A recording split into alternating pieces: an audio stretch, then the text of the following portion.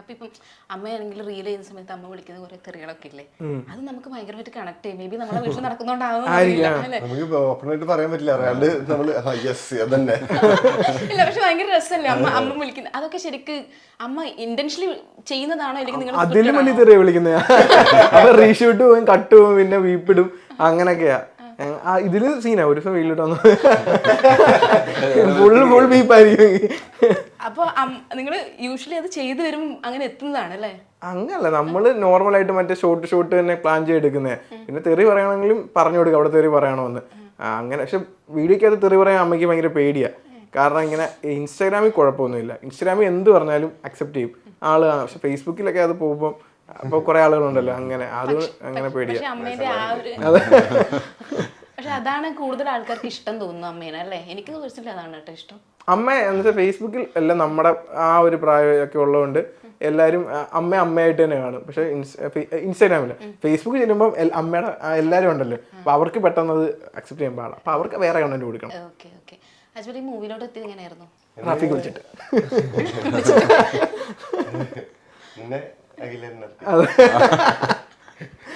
നിങ്ങൾക്ക് audition through ആണോ മൂവിയിലെത്തിയത് അതോ ഇവൻ വിളിച്ചാണ് എന്നെ, റാഫി വിളിച്ച ഫസ്റ്റ് എത്തിയ പുള്ളിയാണല്ലേ? പടം തുടങ്ങുമ്പോൾ ഇത് കൺഫേം സീരീസ് അല്ലായിരുന്നോ? ആ സീരീസ് ത്രൂ ഔട്ട് ചെയ്തിട്ടുണ്ടായിരുന്നു ഒരു ബോസ് എന്നുള്ള കഥാപാത്രം. അപ്പം അത് തന്നെ ഇതിനകത്തോട്ട് അവതരിപ്പിച്ചതാണ്. അപ്പം അങ്ങനെ നമ്മൾ ഓഡിഷൻസ് നോക്കിയ സമയത്ത് പുള്ളിയുടെ പ്രൊഫൈൽ എനിക്ക് വന്നപ്പോൾ പുള്ളി എനിക്കന്ന് കണക്ഷൻ ഉണ്ട്. ഞാൻ പറഞ്ഞു അജുക എൻ്റെ പരിപാടി ഉണ്ട്, പോടാന്നോ പറഞ്ഞു, നിങ്ങൾക്കൊരു സിനിമ ചെയ്യാൻ ആഗ്രഹമുണ്ടോ? എന്നാമത്തെ നമുക്ക് ചെയ്യാം. പുള്ളി ഡയറക്റ്റായിട്ട് അങ്ങ് പറഞ്ഞു ചെയ്യാന്ന് പറഞ്ഞു. പിന്നെ ബാക്കി രാജേട്ടനെ വിളിച്ച് പറഞ്ഞു ഒന്നും പേടിക്കണ്ട, അഭിനയിക്കുന്ന അറിയില്ല ഏട്ടാന്ന് പുള്ളി പറഞ്ഞു. ചേട്ടാ ഇതിന് മുന്നേ സിനിമയിലേക്ക് ഓഫേഴ്സ് വന്നിട്ടുണ്ടായിരുന്നില്ലേ? അല്ല, അതിനു മുമ്പ് ഒരു പടം ചെയ്തു, ഒരു 10 കൊല്ലം മുമ്പ് തള്ളിണ്ടായിരുന്നു. ഇപ്പൊ സിനിമയിലേക്ക് ഒരുപാട് ഓഫർ ഉണ്ടായിരുന്നു, പക്ഷെ ഞാൻ പഠനത്തിൽ മുഴുകിയ കാരണം ഭയങ്കര പഠിപ്പിയാണോ?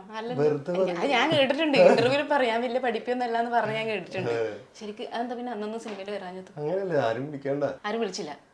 അങ്ങനെയല്ല, എനിക്ക് കോൺഫിഡൻസ് ഉണ്ടായിരുന്നില്ല. അതായത് സിനിമ എന്ന് പറഞ്ഞാൽ ഒരു ഹ്യൂജ് വേൾഡാണ്. നമുക്ക് ഒരുപാട് എഫേർട്ട് എടുത്ത് ഞാൻ ആദ്യം വിചാരിച്ചത്, ഇപ്പോൾ ഐ മീൻ ഫോർ എക്സാമ്പിൾ നമ്മളിപ്പോൾ സോഷ്യൽ മീഡിയയിൽ കൂടെ ഞാൻ ജീവിച്ചുകൊണ്ടിരിക്കുന്ന ഒരു വ്യക്തി, ഇനി ഇത് കഴിഞ്ഞ് കഴിഞ്ഞാൽ എന്ത് ചെയ്യുമല്ല അങ്ങനെ ആലോചിച്ചപ്പോൾ എന്നാൽ സിനിമയിൽ കയറാം, അതാകുമ്പോൾ പരിപാടി കൊള്ളാം, അങ്ങനെയൊക്കെ ഞാൻ ചിന്തിച്ച്. ശരിക്കും 2025 സ്റ്റാർട്ട് ചെയ്യുമ്പോൾ ഞാനത് ചിന്തിച്ച്.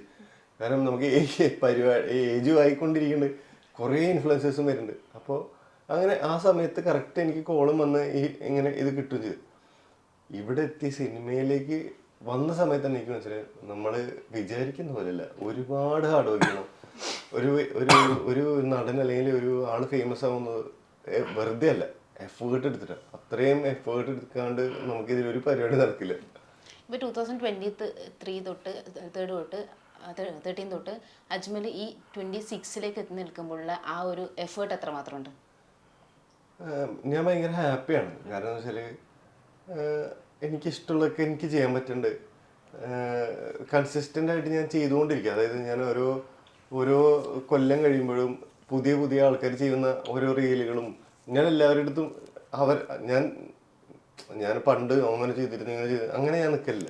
അവരാണ് പൊളി, അവരെ കാര്യം പഠിച്ച് അവരെ കൂടെ പിടിച്ച് പോകാന്നല്ലാണ്ട്. അപ്പോൾ അതുകൊണ്ടാണ് കൺസിസ്റ്റൻ്റ് ആയിട്ട് ചെയ്തുകൊണ്ടിരുന്നത്. ഭയങ്കര രസമായിരുന്നു അത്. ഓക്കെ, അബി സിനിമയിൽ ഫസ്റ്റ് സിനിമയാണല്ലേ? എങ്ങനെ അമ്മയും മോനും തമ്മിൽ ഉള്ള ഒരു ഫസ്റ്റ് സിനിമ എങ്ങനെ ഉണ്ടാകും ഒരു എക്സ്പീരിയൻസ് ഒക്കെ നിങ്ങളുടെ ഷൂട്ടിലെ സമയത്തൊക്കെ?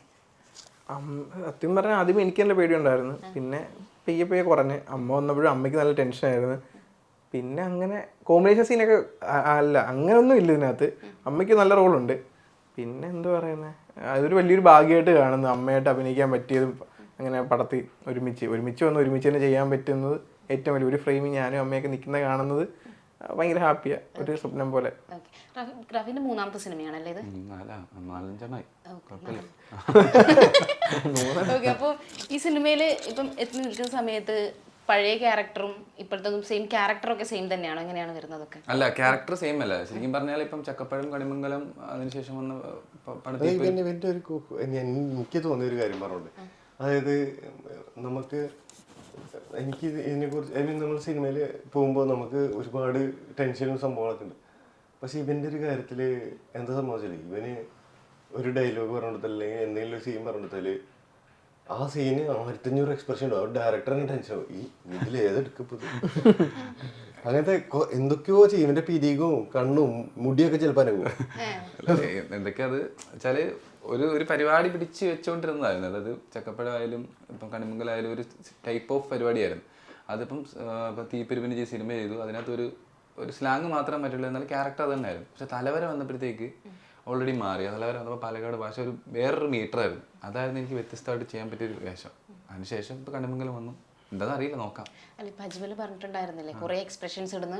അത് പുള്ളി ഒരു സമയത്ത് റീൽസ് ചെയ്യുമ്പോഴാണെങ്കിലും കുറേ ടൈപ്പ് ക്യാരക്ടർ ചെയ്യലുണ്ടായിരുന്നു ഇല്ലേ? കണ്ണുകൂടിയൻ അല്ലാത്തത് അങ്ങനെ കുറേ ചെയ്യുമ്പോൾ അന്ന് മറ്റേ എനിക്ക് റാഫിക്ക മറ്റേ പെണ്ണായിട്ട് ചെയ്തിരുന്നത് അന്ന് ആ സമയത്ത് ആരും ചെയ്തിട്ടില്ല. അത് ഫസ്റ്റ് പുള്ളിയാന്ന് തോന്നുന്നു. നമുക്കായാലും ഉള്ള ബെനിഫിറ്റ് എന്തുണ്ടെന്ന് വെച്ചാൽ ഇപ്പോൾ നമുക്കൊരു സീൻ കിട്ടുമ്പോൾ സൈഡിൽ കൊണ്ടിട്ട് ഞാൻ ചോദിക്കാളിയാ ഇതൊന്ന് കാണിച്ചു തന്നെ. അപ്പോൾ ഇപ്പം എനിക്കുള്ള ഡയലോഗ് ഇവന്റെ രീതിയിൽ പറഞ്ഞു, ഈ എക്സ്പ്രഷനാണ് ഇവിടെ ഉണ്ട്, ഈ മൂഡാണ് പിടിക്കേണ്ടത് എന്ന് പറഞ്ഞിട്ട് ഇവൻ കാണിച്ചു തരും. അങ്ങനെയാണ് എന്നെ കൊണ്ട് ചെയ്യാൻ പറ്റിയിട്ടുള്ളൂ. അല്ലാണ്ട് നമ്മൾ ആദ്യമായിട്ടാണ് ചെയ്യുന്നത്, നമുക്ക് അറിയില്ല, ഇതൊന്നും അറിയില്ലല്ലോ. പക്ഷെ കുറേ ഹെൽപ്പ് ചെയ്തിട്ടുണ്ട്. എക്സ്പീരിയൻസിന് ഉപരി എന്താ സംഭവിച്ചാല് ഇവന് എക്സ്പീരിയൻസിന്റെ ആവശ്യമൊന്നുമില്ല. ഇത് വെറുതെ നിന്നാലും ചിരി വരും, വെറുതെ ഇവനെ നോക്കി കഴിഞ്ഞാല്. ഷൂട്ടിംഗ് സമയത്തൊക്കെ ചിരികാറുണ്ട് അതെന്ന് വെച്ചാല് എനിക്കറിയില്ല. അത് ഞാൻ ഒരാളെ കാണുമ്പോഴേ അത് അയാളുടെ മാനരസങ്ങൾ പിടിക്കാൻ നോക്കും. പണ്ടേ ഉള്ള സ്വഭാവമായിരുന്നു. ഈ റീലൊക്കെ ചെയ്യുന്ന സമയത്ത് നമ്മൾ അറിയുന്നില്ല നമ്മളിങ്ങനെ ഫേമസ് ആവുന്ന സിനിമ ഒന്നും അറിയുന്നില്ല. നമ്മൾ ഈ ജോലിക്കട പെയിന്റിങ് പരിപാടിയൊക്കെ ആയിരുന്നു. അപ്പോൾ അതിൻ്റെ ഇടയിൽ കൂട്ടുകാരോട് ചെയ്ത ഒരു പരിപാടി അത് പ്രേക്ഷകരെ ഏറ്റെടുത്തു, ഇങ്ങനെ സിനിമ വന്നു. പിന്നെ തലവരേക്ക് ഇറങ്ങിയ ശേഷമാണ് എനിക്ക് മനസ്സിലാവുന്നത്, ഓക്കെ ഞാനൊരു നടനാവുന്നുണ്ട്, അടിപൊളിയായിട്ട് അഭിനയിക്കുന്നുണ്ട്, എല്ലാവരും നല്ല അഭിപ്രായം പറയുന്നുണ്ട്, ഇനി നല്ല നല്ല സിനിമ ചെയ്യണം, നല്ല സിനിമയുടെ ഭാഗമാവണം എന്നുള്ള ലക്ഷ്യം മാത്രമേ ഉള്ളൂ. പിന്നെ അതിനിടയ്ക്ക് ഇപ്പം ഈ സിനിമ തുടങ്ങുന്ന സമയത്ത് തന്നെ ഇവർ ഫ്രഷായിട്ട് വരുന്ന ആളാണ്. അതിന് മുമ്പിട്ട് ഞാൻ 2 പടം ചെയ്തു.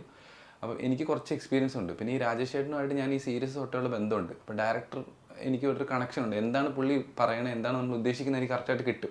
അത് ചിലപ്പോൾ ഇവർക്ക് കിട്ടണമെന്നില്ല. ഇപ്പോൾ പുള്ളി എൻ്റെ അടുത്ത് ആദ്യമേ നരേറ്റ് ചെയ്ത് പറഞ്ഞായിരുന്നു, ഇവർക്ക് ഇങ്ങനെ വരുമ്പോൾ വന്നിട്ട് ഹെൽപ്പ് ചെയ്യണേ, അബിക്കൽ അജുനായാലും ഒരു കണക്ഷൻ ഉണ്ടാക്കി എടുക്കണമെന്ന് പറഞ്ഞു. അപ്പോൾ ഞങ്ങൾ നല്ല മിങ്കിളായി. പിന്നെ ഇവർ ചോദിക്കുമ്പോൾ എല്ലാം പുള്ളി പറഞ്ഞു കൊടുക്കുമ്പോൾ ഇവർക്ക് കത്തിയില്ലെങ്കിൽ ഞാൻ നൈസായിട്ട് മാറ്റിയിട്ട് കളി ഇതാണ് പരിപാടി ഇവരെന്ത് ചോദിക്കാനുണ്ട് വരും. അപ്പോൾ എനിക്ക് അറിയാവുന്ന കാര്യങ്ങൾ ഞാനപ്പോൾ പറഞ്ഞു കൊടുക്കും. പിന്നെ എന്നിട്ട് ഇത് ഇവരുടെ രീതി ഇവർ പ്രസൻറ്റ് ചെയ്യും. അങ്ങനെ ചെയ്തത്. പക്ഷേ നല്ലൊരു ടീം വർക്കായിട്ട് വന്നിട്ടുണ്ട്. കാരണം എല്ലാ ഇൻഫ്ലുവൻസേഴ്സ് ആയാലും നമ്മുടെ അടുത്തൊന്ന് ചോദിക്കണേ, റാഫിക എന്താ പരിപാടി, ഇതൊന്ന് അങ്ങനെ പരിപാടി അവരും ചോദിക്കാറുണ്ട്. ഞാൻ എല്ലാവർക്കും പറഞ്ഞു കൊടുക്കണം. കാരണം ഞാൻ അവരെപ്പോലെ തന്നെ വന്നൊരാളാണ്, മനസ്സിലായില്ലേ? അവരെപ്പോലെ ഒരു സാധാരണ ഈ വീഡിയോ ഒക്കെ ചെയ്ത് വന്നൊരാളാണ്. അപ്പം എനിക്കിത് വലുതായിട്ട് തോന്നില്ല. ആരെന്ത് ചോദിച്ചാലും എനിക്കറിയാവുന്ന കാര്യങ്ങൾ ഞാൻ അങ്ങനെ പറഞ്ഞു കൊടുക്കും. അപ്പോൾ എന്തായാലും കണിമംഗലം കോവിലും 16 ഇറങ്ങുമ്പോൾ കുറച്ച് എല്ലാവർക്കും ഒരു വലിയൊരു ബ്രേക്ക് ആവട്ടെ എന്ന് തന്നെ ആഗ്രഹിക്കും.